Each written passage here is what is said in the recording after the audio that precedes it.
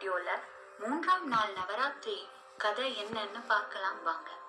3ஆம் நாள் அன்று அம்பால சந்திரகாந்தா என்று அழைக்கப்படுகிறாள். அவளின் நெற்றியில் பிறை நிலாவால் அலங்கரிக்கப்பட்டிருக்கும். சென்ற அவதாரத்தில் பார்வதியாக அவதரித்த தேவி நாரதரின் வலியுறுத்தலால் சிவனை மணமுடிக்க கடும் தவம் மேற்கொண்டார். சதியை இழந்த துயரில் சிவன் உலக விஷயங்களில் அனைத்தையும் மறந்து கடும் தவத்தில் இருந்தார். ஆனால் பார்வதியின் கடும் தவத்தினை பார்த்த சிவன் அவளை மனம் முடிக்க சம்மதித்தார்.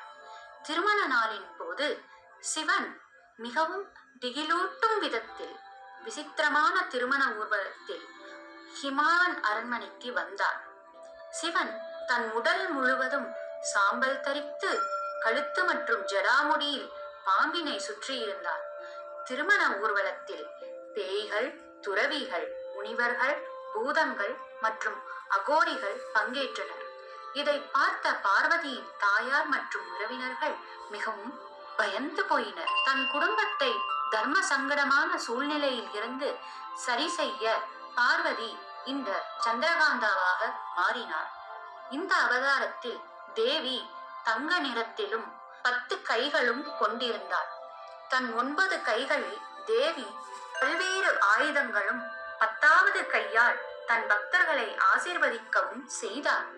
இந்த அவதாரம் தீங்கிழைக்கும் எதிரிகளை பயமுறுத்தவும் தன் பால் பக்தி கொண்டவருக்கு இரக்கமுள்ள தாயை போலும் தோன்றுவாள்.